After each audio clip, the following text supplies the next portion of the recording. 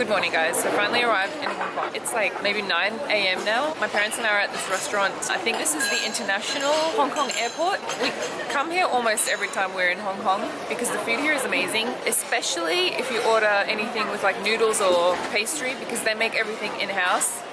And you can watch the chefs as they make the dough. Super cool. Let's see if he's actually going to do anything now. I think he's maybe laying the base. There we go. He's kneading something. There we go. Not sure what we're going to eat, but I'm starving. I think we're all pretty hungry. I love it when you get a receipt because you know what you've ordered, so you can kind of keep track. We didn't actually order soup, so I hope it's on the house. Let me just check the receipt again. Oh yeah. Yeah, no, it's there. And this, you guys, if you like soy milk, you have to like heat the soy milk because that's gonna blow your mind. The taste is completely different. It's like you're not even drinking soy. Delicious. I wonder whether we're gonna get anything of what we ordered. It could just be like a surprise. We should just sit down and say surprise us. 4 things. Oh, that's the wonton.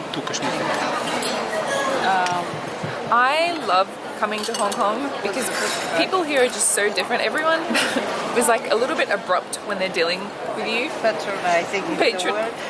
I wouldn't say I'd say abrupt, but I feel like they care because like when I sat down, I moved these things around so it was like easier for me to handle, and the lady came and put them back to where they were, kind of like, you know, a reprimanded child.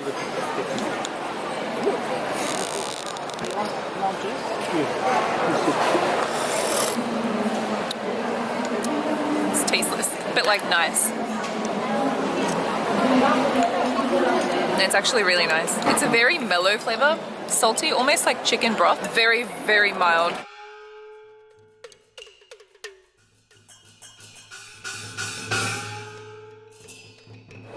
I know we didn't order it, but it was good.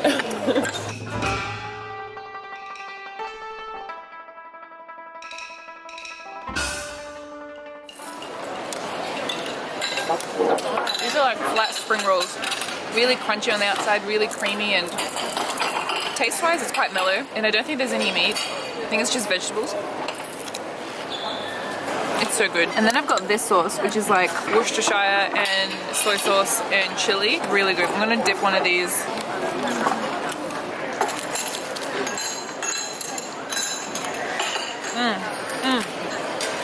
It's sweet and sour and barbecue-y. Then we got these bad boys. These are pan-fried dumplings, I think.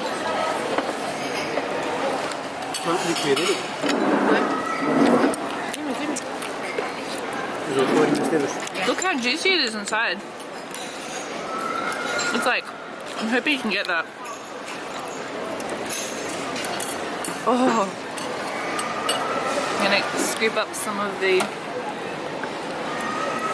that sauce.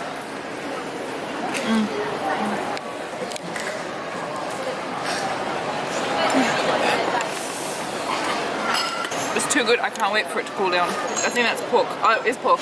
Yeah, it's pork. And the dough is so fresh. You can taste how fresh it is. Fresh makes all the difference.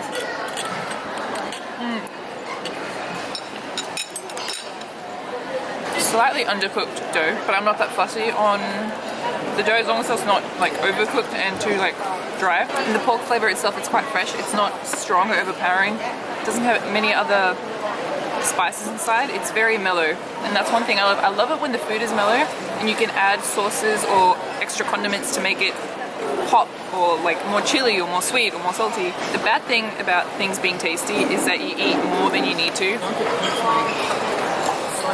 By the way, guys, what's your favorite non-dairy milk? Like coconut milk, almond milk, soy milk, walnut milk, rice milk. My favorite is probably rice milk and then almond milk, but soy is pretty up there as well. It just says eat me. Now this, I'm gonna peel on camera.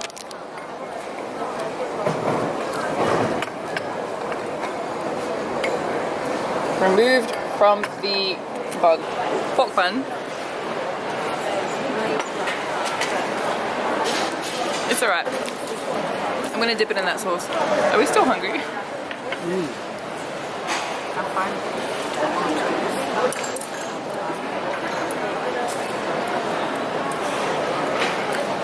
one's okay, not fantastic. Like, I'd probably order it again, but it's not one of my favorites. When it comes to the buns, I prefer the bun itself to be a bit more chewy. This one is a little too fresh. It's more like bread. It just sort of dissolves really quick, and there's not enough flavor in the center. The buns, I feel like there's so much bun that doesn't have any flavor. The inside has to be quite flavoursome to compensate, to sort of balance it all out. It's not the same with the dumplings. The dumplings, I don't know, I just feel like they have a little bit more flavour, even though maybe they're using the same pastry or I don't know. But I think I need more food. We'll order some more.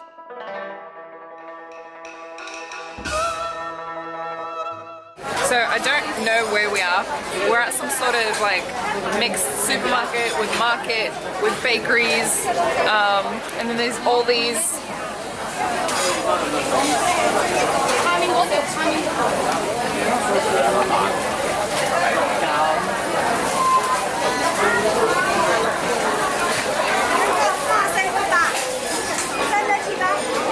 it's insane.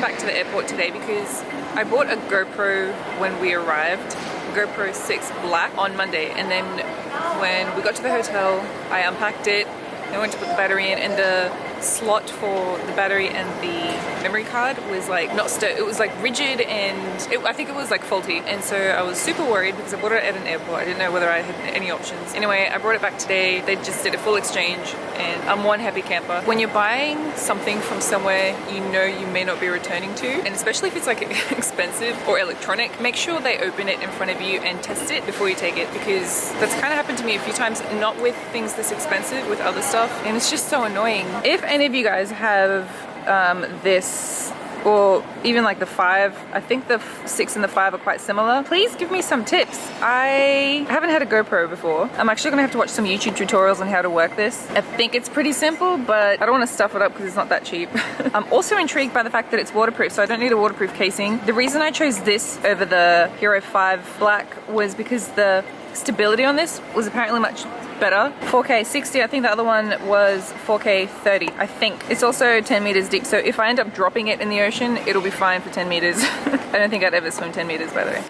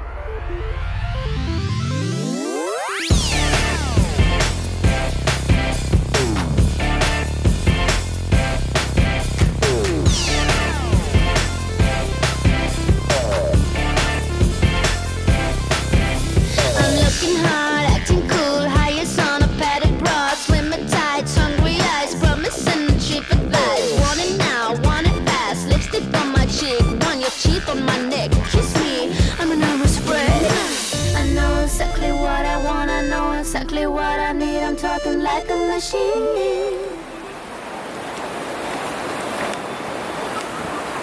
It's really odd.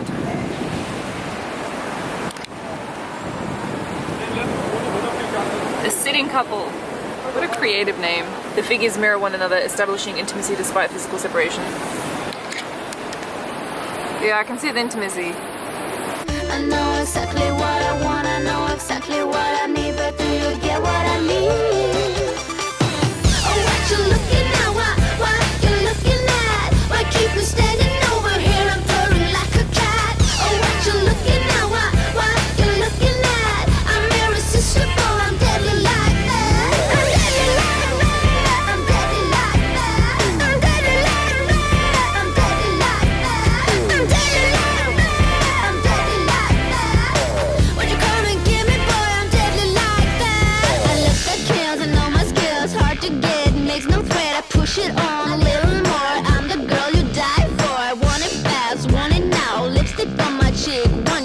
on my neck. Twist me, I'm a nervous wreck.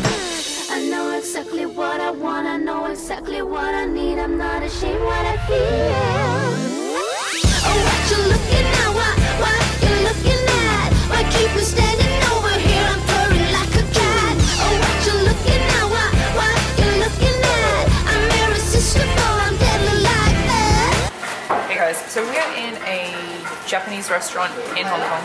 I've ordered the kimchi soup with pork cutlets, cabbage and fried rice. Mum has ordered the prawns with egg and rice and stolen some of my dad's udon noodles. And Dad has the udon noodles with pork cutlets and cabbage. So it's going to be interesting to see if this is good. I love kimchi, so I'm quite curious as to the taste. Apparently it's spicy as well, so.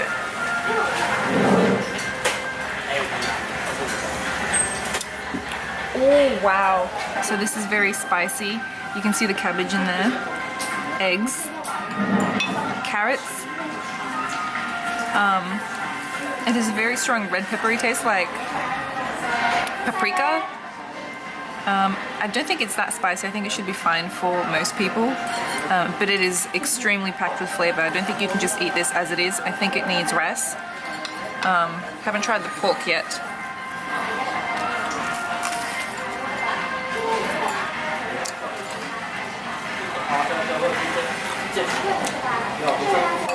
Really, really deep fried. A little too deep fried for me. But it's okay. Anyway, I'm gonna dig in and I'll check back with you guys in a little bit.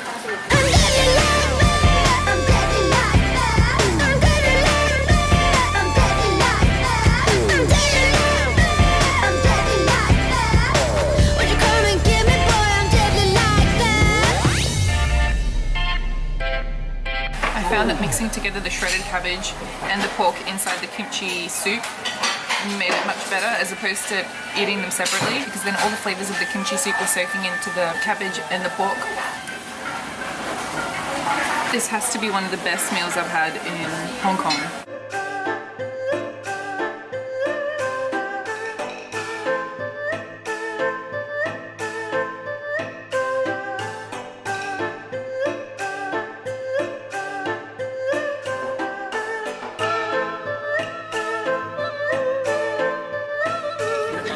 You guys, I hate this. I hate it when you line up to turn a certain way and then other people always try to push in. There was a huge line of taxis doing that. And people do it in the Philippines. I know that for a fact. And it, one of my biggest pet peeves, but I didn't think they did it here as well. Hey man, hey man, hey, hey, hey, yeah, that's right. Anyway, yeah, it's right in front of the police station. Literally like 30 seconds later, there's this guy who's trying to get in. This is crazy. It's like 5 p.m. So I don't know whether it's got something to do with the type of people that drive maybe around this time. I don't know, but it just, I don't understand. It's so not fair on everybody who's been waiting as well. Please, if you guys are doing that, don't. It's just, it's not cool.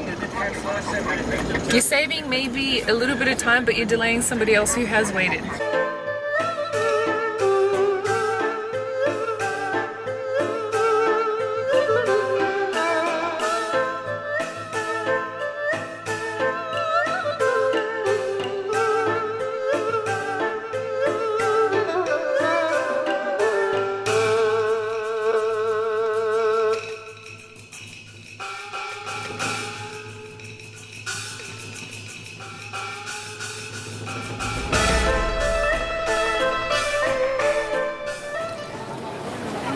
Hey guys, so I'm on the flight back from Hong Kong to Manila, and we've been delayed because somebody had like a personal emergency. She ran down the aisle, and the last maybe 40 minutes, 1 hour, we've been trying to, or the, not we, but the flight crew have been trying to like sort out the situation, and we're all gonna end up getting off the plane. But one of the guys, I think he's Filipino because I heard him talking Filipino, he He's just a passenger.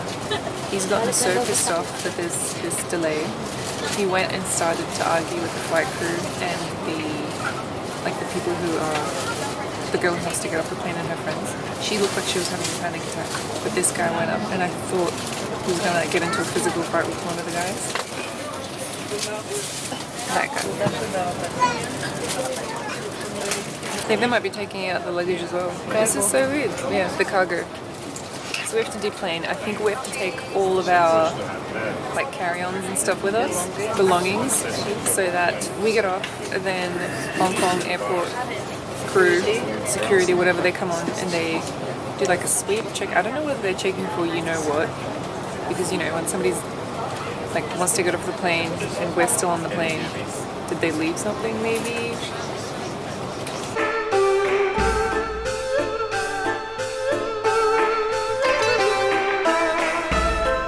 So that was exciting, got off the plane, and every time we go through they keep checking my dad's keys. He's got like bottle openers and things on his keychain, and every single time they check it like thoroughly to make sure there's no knife. So we were deboarded, we were given a ticket to get back on. We went through security check again, and now we're going back to check in, the same gate. But I think it's gonna be a while before we actually get on the plane because they have to do a few checks on the plane. And then they also said, because there's currently, I think there's some like landing strips closed in Manila airport, like around 2 or 3 a.m. There may be delays there as well. So what's meant to be a 2-hour flight might be a much longer experience. But it's okay, these things happen. Staying positive, might try and squeeze in a snack if there's time. Probably isn't time.